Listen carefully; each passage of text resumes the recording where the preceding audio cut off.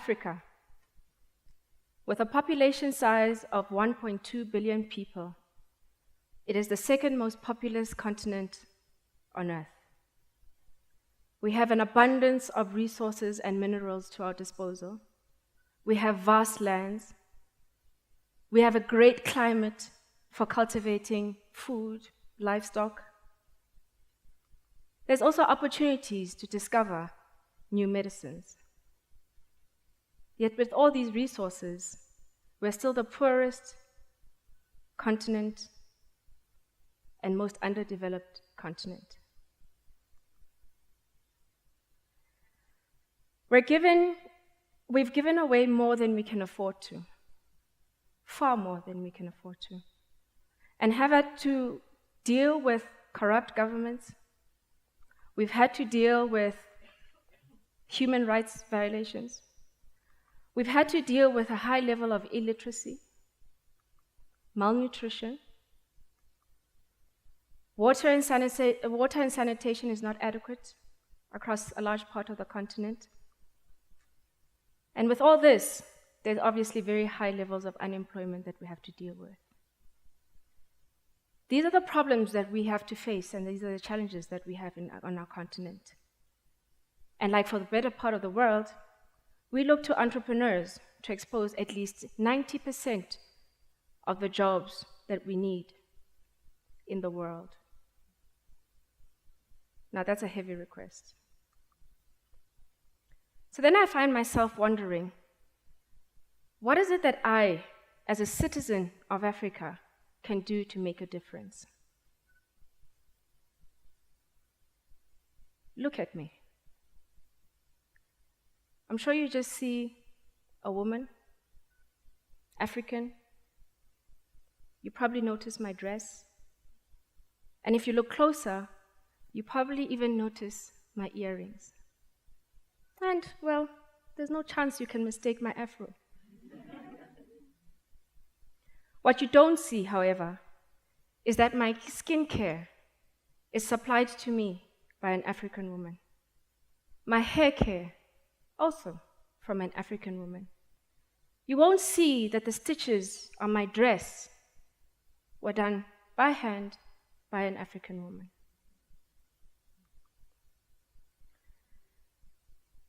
What's interesting for me to have found out is that with women, 90% of what they earn is shared with others. Now, 60% of what a man makes goes into his pocket. Needless to say, this means that by making sure that women businesses are profitable, we affect a nation at a time. This is why I buy made in Africa.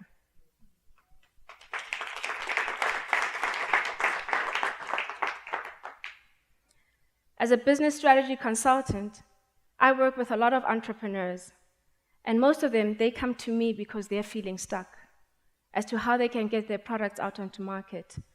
What is the best and most efficient way that they can deliver their products? It's a conundrum that we're constantly trying to solve. I'm not saying I have the solutions, but I'm saying that I have a mind that can think out of the box for that.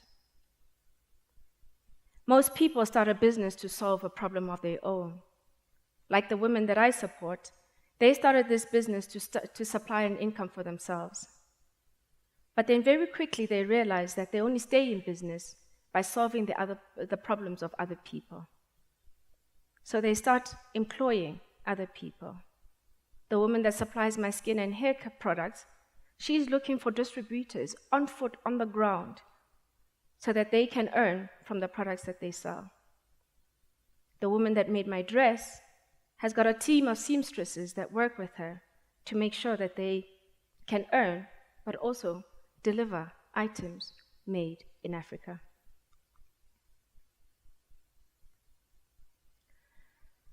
So when I was a youngster, we used to take a lot of trips with my family. And we'd go around the country, and along those trips, my parents would teach us about the country itself, and then they would also tell us stories about their childhood And I'm convinced it was to make sure that they know that my life could be worse. Just as a gentle reminder. And there's some lessons from those road trips that I would like to share with you. Do or take only what is necessary. For this, we were only allowed to pack one bag. Each person, one bag. If you tried to sneak it in, my dad was very quick to tell you that it's not going anywhere. The second lesson, do not let the unnecessary occur. Third lesson, educate and entertain yourself. I'm going to break this down into more granular levels for you. So in developing strategies for people, we often have to look at, so where is your business right now? What is working? What is not working? And just from reflecting on the lessons learned, we can work out what it is that you need to stop doing because it's a waste of time, money, and resources. Perhaps what you need to start doing to then gain better access to markets and grow the business that you're growing. But also what you need to continue, because that is what works, and that is what your customers have responded to. Now, if you look at age-old traditions that exist in Africa, which we are very rich with, things like herding cattle, those used to be very tedious tasks. But in Kenya, youngsters have realized that they could develop an app to manage your cattle. But one step further, you can even herd your cattle from the app via GPS tracking. In South Africa, we panic about land, and we are of the notion that you need land in order to have cattle. But again, someone has spotted an opportunity and developed an app where you can own livestock without owning the land. So you invest in the livestock, a new type of JSE market, if you say. So again, let's take the lessons that we need to learn from our history and use that to continue on what is working. Do not let the unnecessary occur. Now, this was a very interesting lesson. With this, we weren't allowed to hang out any body parts out of the car, unless you wanted oncoming traffic to take it off of you.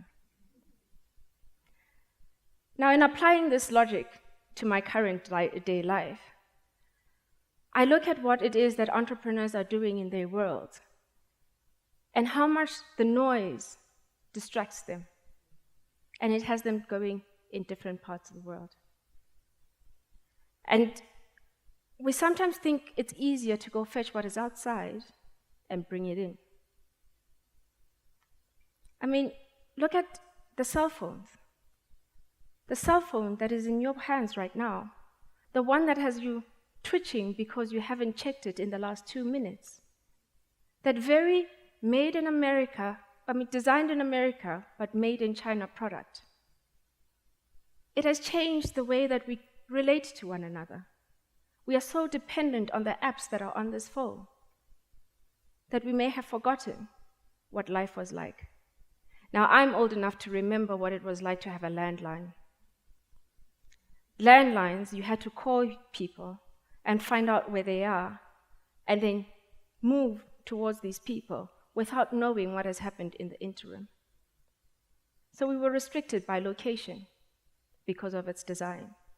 So when cell phones came in, it obviously was very exciting that we could reach one another without having to be in one place, breaking boundaries.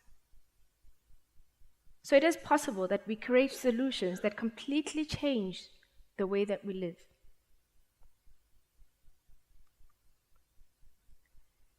The last lesson was you either educate yourself or you entertain yourself. Now, we weren't allowed to bring in any carry-on luggage. Remember my first rule?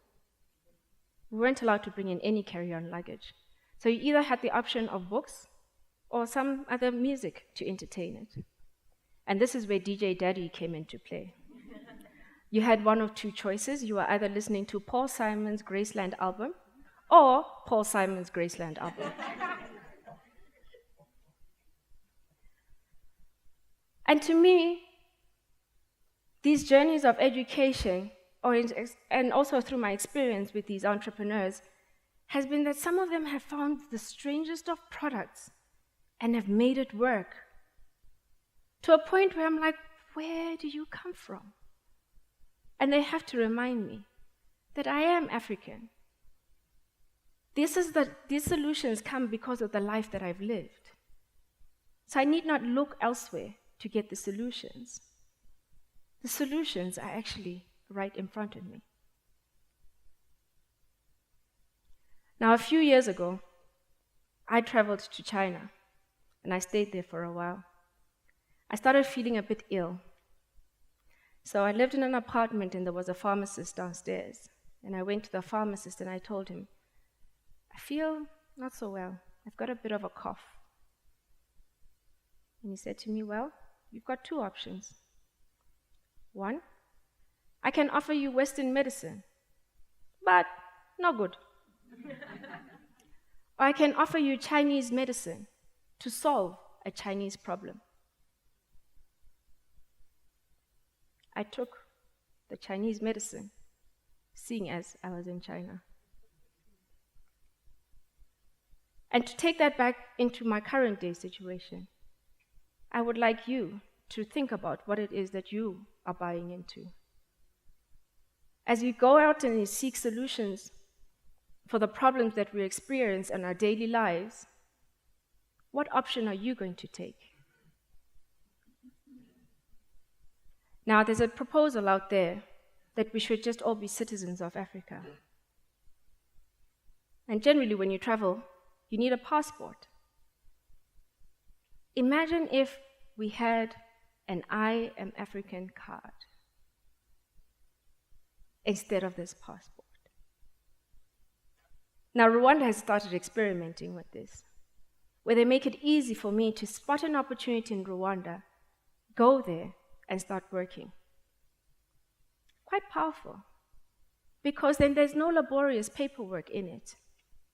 They say it's necessary, but come on, visas, taxes, I'm sure we could find a plan around that. Nigeria has also got an interesting policy. If you want to manufacture in Nigeria, they will not let you do it if you're going to be importing products, if they can rather be made locally. Now, I look at it with envy. South Africa is very diverse, very multicultural, and yet I think we have probably the biggest barriers to entry that ever exist on the continent. We should be taking advantage of that. And it's with this in mind that I offer you two options with many possibilities. You can either use Western medicine, no good, or you can buy made in Africa, and in particular, made by African women, because you know that 90% of it is going to go towards growing the continent. I thank you.